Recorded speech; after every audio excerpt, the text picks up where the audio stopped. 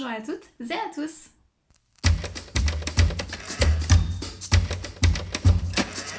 On se retrouve aujourd'hui pour un petit peu de méthodologie. Nous allons voir ensemble comment faire des fiches de révision.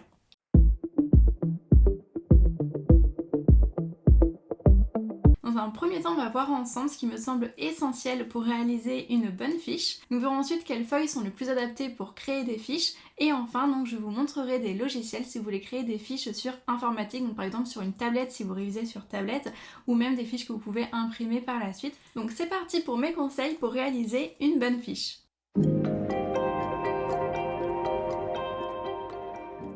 Dans un premier temps, ce que je vous conseille, c'est de trouver une sorte de présentation que vous allez utiliser pour toutes les fiches d'une même matière. Ça peut aussi être pour toutes les fiches, toutes matières confondues et changer un petit truc d'une matière à l'autre. Par exemple, vous choisissez donc de quelle manière vous allez écrire le titre, de quelle couleur, si vous l'écrivez en capital, en minuscule, etc. Et ensuite, dans un coin de la feuille, pourquoi pas mettre le nom de la matière ou le numéro du chapitre, ce genre de choses. Donc déjà, faire une présentation générale, commune à toutes les fiches. Donc première chose à faire du coup c'est d'écrire le titre et ensuite je vous conseille de faire une première partie définition où vous notez toutes les définitions du cours. Tous les mots dont il faut connaître la définition doivent être présents sur cette fiche. Ensuite, si c'est une fiche d'histoire, eh bien il faut faire exactement la même chose mais avec les dates. Après ça, je vous conseille d'écrire le sommaire, donc le plan de votre cours. Je trouve ça utile pour que vous puissiez compartimenter les différentes notions que vous allez devoir apprendre et cela vous aidera à savoir où vous en êtes dans vos révisions. De plus, si c'est une fiche d'histoire et que vous êtes en 3e ou même au lycée, vous allez avoir des commentaires à faire et le fait de connaître le plan va vous aider à pouvoir établir votre plan sur votre commentaire. Pour ce plan, je vous conseille aussi d'adopter un code couleur que vous allez garder sur toutes les fiches de cette matière. Ce code couleur dans le sommaire doit être le même que vous allez utiliser sur la fiche complète quand vous allez marquer donc le grand 1, le petit a, le petit b, etc.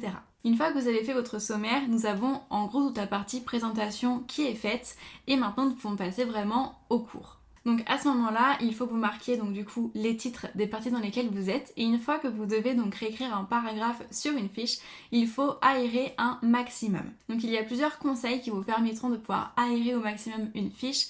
Déjà, évitez les paraphrases. En effet, quand vous avez plusieurs phrases qui veulent dire la même chose, n'en marquez qu'une seule. Ensuite, vous pouvez faire des listes et éviter de réécrire des phrases trop longues ou les phrases complètes. Il suffit de marquer, de lister les grandes idées. Lorsqu'un paragraphe explique un certain processus, vous pouvez tout simplement le réécrire sous forme de schéma. Cela fera marcher votre mémoire visuelle en plus d'aérer votre fiche. Cela est très utile par exemple en SVT. Vous pouvez aussi vous habituer à écrire avec des symboles. En effet, plutôt que dire qu'il y a une forte augmentation, pourquoi ne pas faire une flèche qui monte vers le haut accompagnée d'un plus ? Vous pouvez aussi schématiser les phrases. Exemple, si vous avez une phrase du type « tous les élèves sont blonds et les blonds sont grands », à ce moment-là, vous pouvez mettre que les élèves sont inclus, le signe inclusion en maths par exemple, dans les blonds, et les blonds sont inclus dans les grands. De cette manière, vous faites un gain de place, vous aérez la fiche, mais en plus, visuellement, c'est beaucoup plus percutant. Ensuite, je vous conseille aussi de mettre en évidence les mots-clés, les expressions importantes, les mots dont il faut connaître la définition. Pour ça, vous pouvez soit les surligner ou alors les souligner. Maintenant, vous avez toutes les clés en main pour faire des fiches efficaces. Un petit conseil pour mémoriser ces fiches, le plus efficace est la mémoire sur de long terme. Il vaut mieux donc les réviser régulièrement et petit à petit plutôt que tout apprendre d'un coup pour le devoir le lendemain.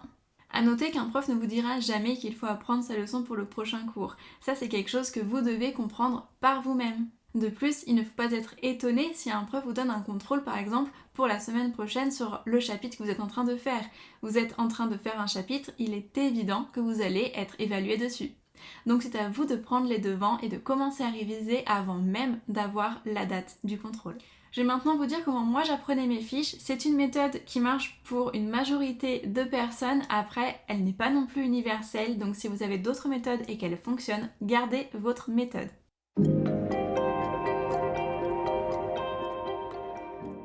Donc, pour ceux qui ne savent pas du tout par où commencer, vous pouvez suivre ma méthode.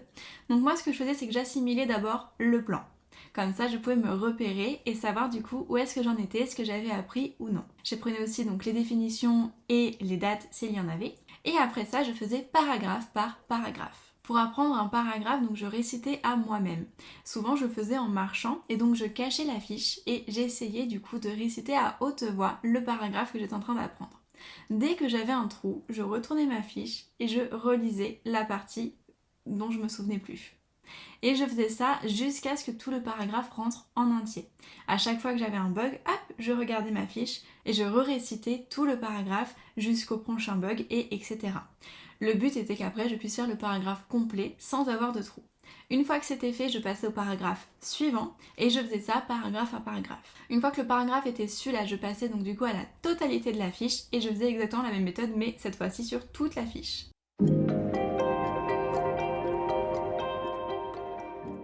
Alors maintenant, si vous faites vos fiches sur format papier, moi je vous conseille déjà des feuilles blanches et pas des feuilles colorées. Pourquoi? Parce que quand on écrit bleu ou noir sur du blanc, c'est beaucoup plus visuel et tape à l'œil que quand on écrit bleu sur vert par exemple. Ainsi ça facilite notre lecture et nos yeux sont plus à même de retenir visuellement l'information. Ensuite je vous conseille des feuilles cartonnées un peu style fiche Bristol. Cela crée une fiche beaucoup plus solide et du coup vous pourrez l'amener un petit peu partout, la relire plus souvent sans craindre de l'abîmer. Ensuite moi j'aurais tendance à préférer les petits carreaux pour créer une fiche plutôt que des grands carreaux avec des interlignes. Pourquoi? Parce que je trouve que c'est beaucoup plus aéré avec des petits carreaux et du coup on est plus focalisé sur nos données, sur ce qu'on a inscrit sur la fiche que sur les carreaux. Donc voilà pour mes conseils pour une fiche faite main. Maintenant je vais vous donner donc du coup tous mes outils pour faire une fiche sur ordinateur.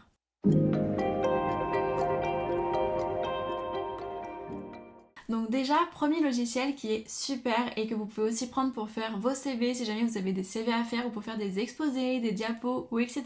c'est Canva. Canva, il y a la version pro qui est payante mais il y a aussi une version gratuite et elle est déjà super. Elle vous donne accès à beaucoup d'éléments et en soi vous n'avez pas besoin de tous ces éléments pour créer une bonne fiche de révision.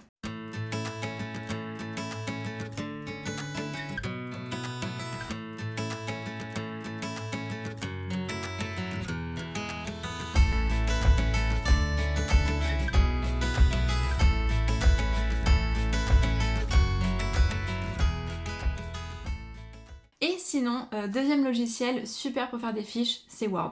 C'est vraiment un logiciel passe-partout, je l'utilise depuis toujours. On peut vraiment faire plein de choses avec Word. Vous pouvez même combiner les deux, Canva et Word, faire par exemple une présentation d'arrière-fond sur Canva, puis après le mettre sur Word. Il y a plein de petites choses à savoir sur Word pour faciliter votre utilisation du logiciel. Peut-être que je ferai une vidéo dédiée à Word pour vous montrer tout ce qu'on peut faire. En tout cas, voilà du coup le style de fiche que moi-même je prépare pour mes élèves ou sur mon site internet et donc elles sont toutes faites avec Word.